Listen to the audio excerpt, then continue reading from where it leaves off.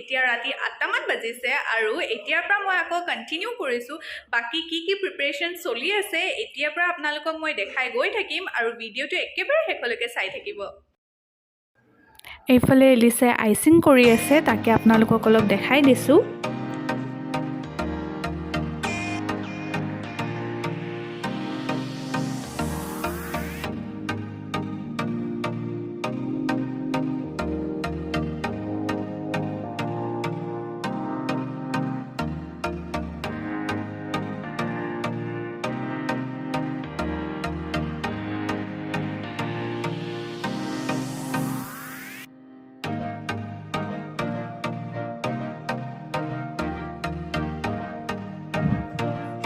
এইফালে এলিছৰ আইচিং কৰা কমপ্লিট হৈ গ'ল আৰু ডিজাইনটো তাই একেবাৰে সিম্পল কৰি ৰাখিছে কমেন্টত জনাবচোন কেনেকুৱা লাগিছে আৰু এইফালে নানিয়ে চিকেন বনাবলৈ কাৰণে সব ৰেডি কৰি থৈ দিছে আৰু এইফালে সানুক দেখিছে নহয় সানুৱে বেলুন ফুলুৱাই আছে অলপ ডেকোৰেশনৰ কাৰণে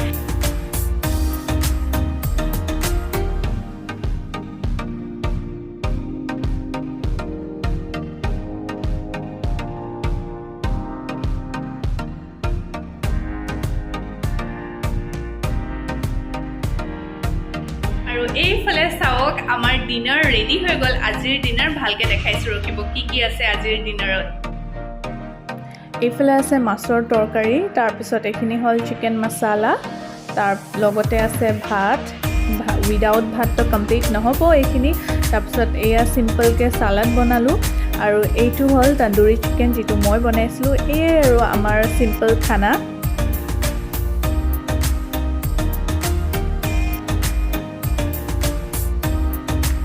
এইফালে অলপ ডেকোৰেশনখিনি দেখাই দিছো আপোনালোকে চাগে অলপ কনফিউজ হৈ গৈছে নেকি মই তাত হ্যাপি বাৰ্থডে বুলি লিখি দিছো যেহেতু ভাবিছে চাগে হ্যাপি নিউ ইয়াৰ হে হয় কিন্তু এটা কথা আপোনালোকক ক'ব পাহৰি গলো নানিৰ আজি বাৰ্থডে আছিল 1 তাৰিখে যেহেতু ৰাতি 12টা বাজি গৈছিল এটো কাৰণে আমি নানিক 12টা বজাতে কেকটো কটুৱাই দিলো এইফালে আমাৰ নানিও ৰেডি হৈ গ'ল আৰু কেক কাটিবলৈ এতিয়া সব ৰেডি হৈ আছে আৰু আপোনালোকে নানিক সকলোৱে উইশ কৰিব আশীৰ্বাদ কৰিব নানি যাতে বহুত দিনলৈকে জীয়াই থাকে সুস্থ হৈ থাকে আৰু আপোনালোক সকলোকে হ্যাপি নিউ ইয়াৰ নানি হ্যাপি নিউ ইয়াৰ কৈ দিয়ক হ্যাপি নিউ ইয়াৰ আৰু এতিয়া আমি কেক কাটিবলৈ ষ্টাৰ্ট কৰো happy birthday to you happy birthday to you happy কাটিবলৈ ষ্টাৰ্ট কৰিলে happy birthday dear Nani happy birthday to you and also happy new year ইয়ে ফুফু কৰা সানু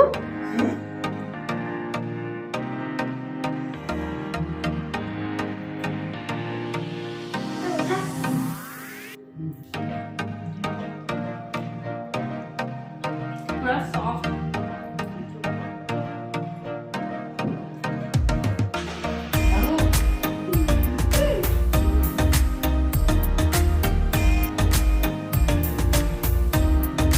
দি দিয়ক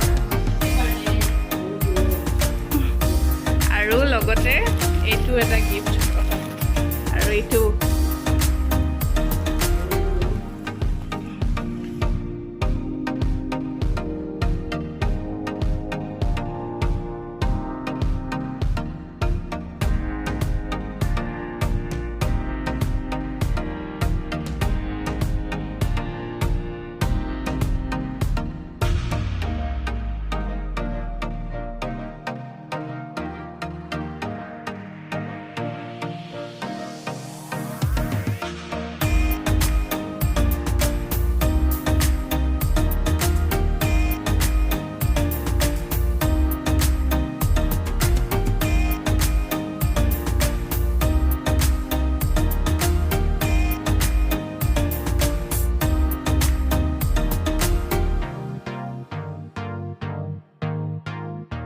হেল্ল' এভৰিৱান, যোৱাকালিৰ ভিডিঅ'টো আকৌ এতিয়াৰ পৰা কণ্টিনিউ কৰিছোঁ। আকৌ এবাৰ আপোনালোক সকলোকে হেপী নিউ ইয়েৰ। এতিয়া 11:30মান বাজিছে আৰু মই ৰাতিপুৱা শুই উঠিয়ে মানে ইমান সোনকালে উঠা নাইকিয়া, মানে উঠি মেলিয়ে ফ্ৰেছ হৈ মেলি অলপ মেকআপো কৰি ল'লোঁ, কিয়নো নিউ ইয়েৰৰ দিনাখন ভালকৈ থাকি সকলোৰে ভাল লাগে। আৰু তেনেকুৱা আজি একো প্লেনিং কৰা নাইকিয়া বাহিৰত যোৱাৰ, ঘৰতে চেলিব্ৰেট কৰিম বুলি ভাবিছোঁ। আৰু এলিছৰ গাটো অলপ গাটো ভাল নাইকিয়া, তাইৰ অলপ চৰ্দি নিচিনা লাগি আছে, সেইটো কাৰণে ভাবিছোঁ ঘৰতে চেলিব্ৰেট কৰিম। যিহেতু ঠাণ্ডাও ইমান বেছি পৰিছে, সেইটো কাৰণে ঘৰতে চেলিব্ৰেট কৰিম। আৰু এতিয়া নানীয়ে চিকেন বনাব লৈছে, বলকচোন আপোনালোকক আজি নানীৰ স্পেচিয়েল চিকেনটো আপোনালোকক দেখাওঁ। এইফালে তেল গৰম হোৱাত পিঁয়াজখিনি দি দিছে আৰু পিঁয়াজখিনি এতিয়া ভালকৈ ব্ৰাউনিছ কালাৰ হোৱালৈকে ভাজি থাকিব।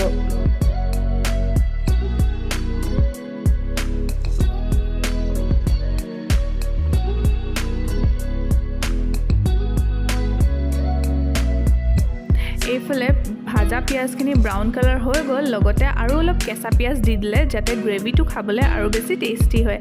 আৰু এইখিনিও ভালকৈ এতিয়া মিক্স কৰি ল'ব।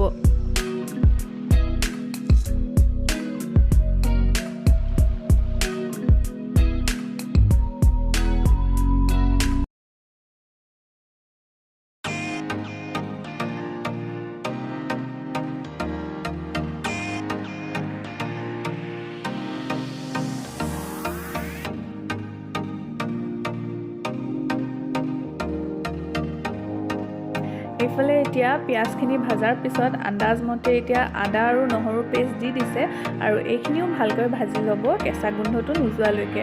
আৰু এতিয়ালৈকে ইয়াত কোনো ধৰণৰ পানী ব্যৱহাৰ কৰা নাইকিয়া, এইখিনি এতিয়া ভাজি থাকিব।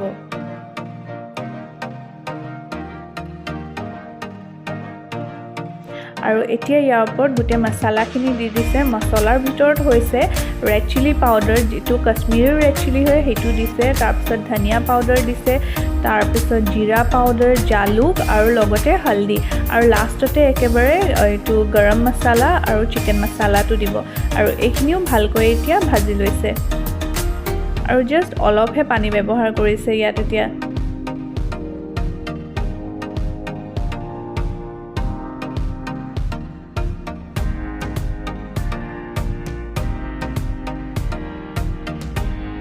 মছলাখিনি ভালকৈ ভাজাৰ পিছত এতিয়া চিকেনখিনিও দি লৈছে আৰু এতিয়া পুৰা ভালকৈ চিকেনখিনি ভাজি ল'ব।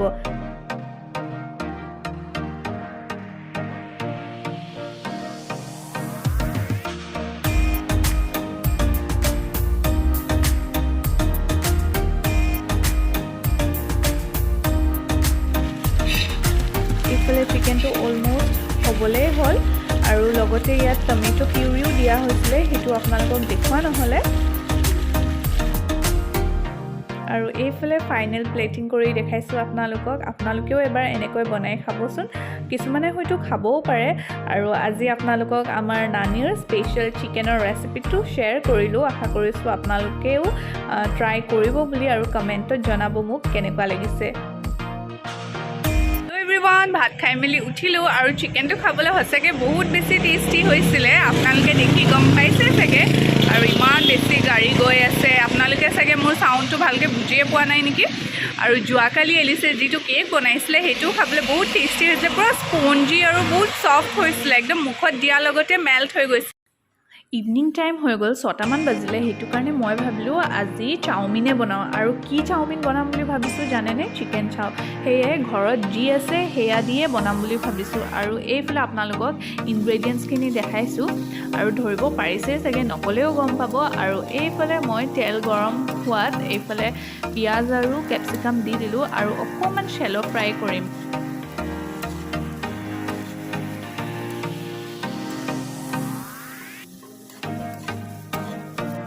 এইফালে মই অলপ নহৰুৰ পেষ্ট দি দিলোঁ আৰু এইখিনিও এতিয়া অলপ ভালকৈ ভাজি ল'ম। আপোনালোকে নহৰু সৰু সৰুকৈ কাটিও দিব পাৰে, কিন্তু মোৰ কাটিবলৈ এনেকৈ মন নগ'লে, সেইটো কাৰণে পেষ্ট আছিলে মই পেষ্টকে দি দিলোঁ। আৰু এতিয়া কেঁচা গোন্ধটো নোযোৱালৈকে অলপ ভালকৈ ভাজি ল'ম। এইফালে মই বইল কৰা চাওমিনখিনি দি দিলোঁ আৰু এতিয়া ইয়াৰ ওপৰতে মই 1 চামুচ ব্লেক পেপাৰ দি দিছোঁ। ব্লেক পেপাৰ দিলে খাবলৈ বেছি টেষ্টি হয়। তাৰপিছত যিখিনি মই চচ থৈ দিছিলোঁ, মানে আপোনালোকে দেখিছিলে চাগে, এইখিনি চচখিনি দি দিছোঁ। চচৰ ভিতৰত হ'ল চয়া চচ অলপ দিছোঁ, তাৰপিছত অলপ টমেট' চচ আৰু লগতে অলপ চিলি চচো দিছোঁ। তাৰপিছত এয়া লাষ্টত মই দিলোঁ এয়া মেগী মছলা।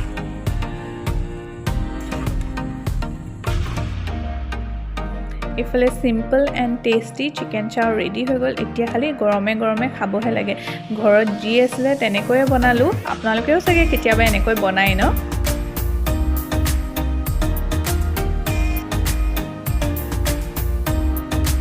এতিয়া আমি চবেই খাই আছোঁ আৰু চানুক দেখিছে নহয়, সি পূৰা একদম এনজয় কৰি কৰি খাই আছে।